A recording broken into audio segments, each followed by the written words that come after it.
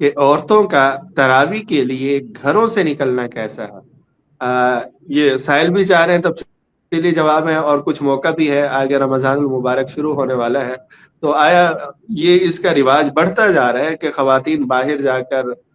کچھ گھروں میں خواتین پڑھاتی ہیں تو ان کی اقتداء میں جا کر پڑھتی ہیں، یا مساجد میں جا کر، یا کہیں گھر میں قاری صاحب کا انتظام کیا گیا ہے ان کی اقتداء میں جا کر، مختلف صورتیں ہیں، تو خواتین کے لیے گھروں سے نکلنا تراویح کے لیے شرعی نقطۂ نظر سے کیسے؟ فرض نمازوں کے لیے بھی خواتین کے لیے حکم یہی ہے کہ وہ اپنے گھروں میں فرض نماز کی ادائیگی کریں، اور یہ نوافل جو ہے، یہ جو تراویح کی نماز، وہ سنتوں میں یہ نماز آتی ہے۔ تو جب شریعت نے فرائض کے لیے حکم نہیں دیا اور فرمایا وقرنا فی بیوتکن، کہ تم اپنے گھر میں قرار اور سکون سے رہو اور اس میں تم نماز کی ادائیگی کرو، تمہیں مسجد کے جانے میں جو ثواب ہے تو تمہاری جو گھر کی مسجد ہے تمہیں ثواب مکمل ملے گا۔ اور ایک اور روایت میں نبی کریم صلی اللہ علیہ وسلم نے ارشاد فرمایا کہ بسا اوقات مجھے نماز پڑھاتے سے پہلے، نماز شروع کرنے سے پہلے یہ خیال آتا ہے کہ میں ان گھروں کو جاؤں جن کے مرد نماز کے لیے مسجد میں نہیں آتے، اور پھر ان گھروں کو آگ لگاؤں۔ لیکن مجھے یہ خیال آتا ہے ساتھ ساتھ کے گھر میں خواتین بھی ہوں گی اور یہ نابالغ بچے بھی ہوں گے، اس لیے پھر میں یہ کام نہیں کرتا۔ تو یہ دیکھیں وقارنہ فی بیوتکن، کہ عورتوں کو حکم یہ ہے کہ اپنے گھروں میں نماز پڑھیں فرائض کے متعلق۔ اور پھر وہاں دوسری روایت میں نبی کریم صلی اللہ علیہ وسلم نے ارشاد فرمایا کہ صرف خواتین کی وجہ سے ان کی بچت ہو جاتی ہے۔ تو اس کا مطلب یہ ہے نبی کریم صلی اللہ علیہ وسلم کے زمانے سے لے کر بعد میں شروع میں تعلیم کے حوالے سے کچھ گنجائش تھی، اور وہ دور بھی تھا، ایسا دور تھا کہ جس میں اس طرح کے خرافات کا سلسلہ نہیں تھا، لیکن آج معاملات کچھ اور ہو گئے۔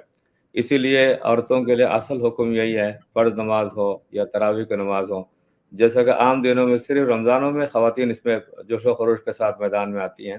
ورنہ عام مساجد میں عام دنوں میں وہ اس طرح مسجدوں میں نہیں جایا کرتی ہیں۔ تو لہٰذا اصل طریقہ وہی ہے، اسی کو فالو کرنا چاہیے۔ اور یہ کہ کسی جگہ اگر صورت بنتی ہے گھر میں کوئی بچہ، بالغ بچہ ہے، اور وہ اگر نماز پڑھا رہا ہے، یا کوئی بچی ہے اور وہ اگر نماز پڑھ رہی ہے تراویح کی نماز میں، تو ہمارے حضرت مفتی شفیع صاحب رحمۃ اللہ علیہ نے بات فرمائی ہے کہ صرف اور صرف یادداشت کو برقرار رکھنے کے لیے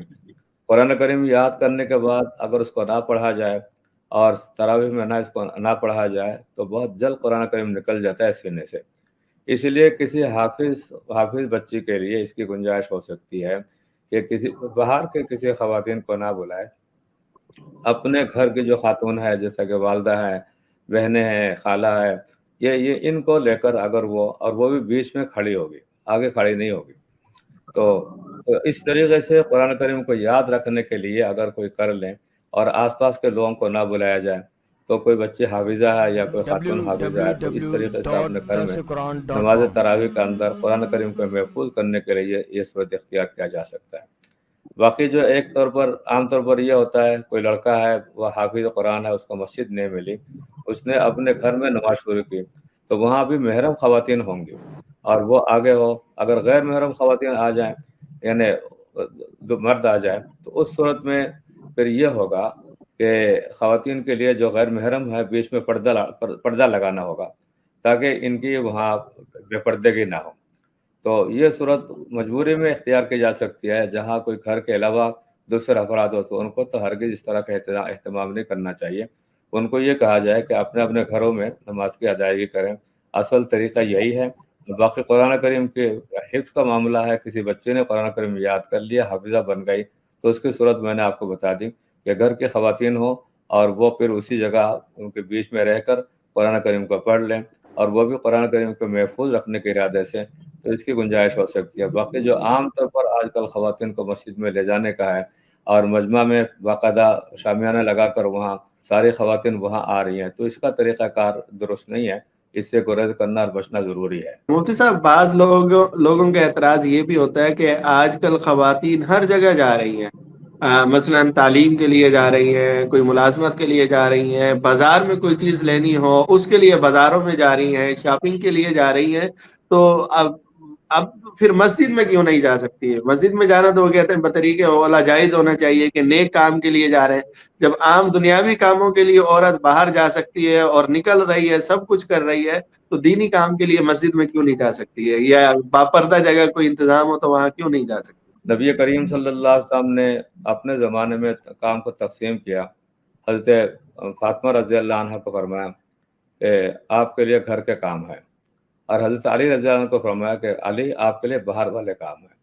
اگر ہم اس تقسیم کو جو شرعی تقسیم ہے اس کو تبدیل کرنا چاہیں تو جو مثالیں آپ دے رہے ہیں یہ بھی کم ہے، اس سے زیادہ لوگ یہ کام کر رہے ہیں.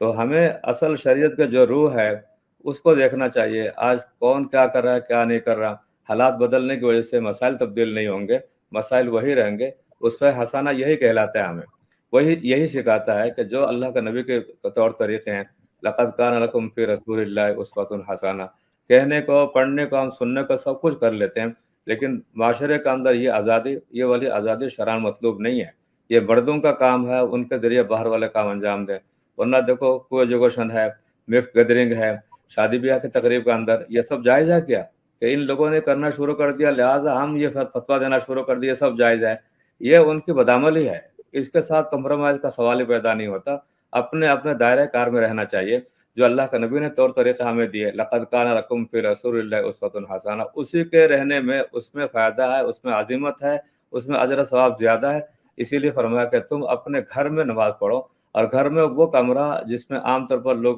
نہیں آتے اس کمرے میں تم نماز پڑھا کرو، تاکہ زیادہ پردہ ہو، زیادہ خشوع اور خضوع ہو. باقی جو دنیا والے جو روایتیں پیش کر رہے ہیں، یا ابھی سوال میں جن چیزوں کا آپ نے ذکر کیا ہے، یہ اس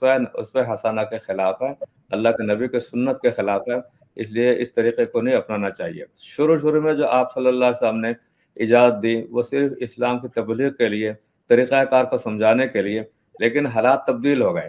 آج وہ حالات نہیں ہے کہ جس کی وجہ سے ہم اس طریقے سے حکم دے دیں عام طور پر کہ نہیں. آپ صلی اللہ علیہ وسلم کے زمانے میں تو وہ خیر القرون کا زمانہ تھا اور نیک لوگوں کا زمانہ تھا، اس لیے اس کی اجازت دی گئی، ورنہ بعد میں یہ اجازت بھی ختم کر دی گئی.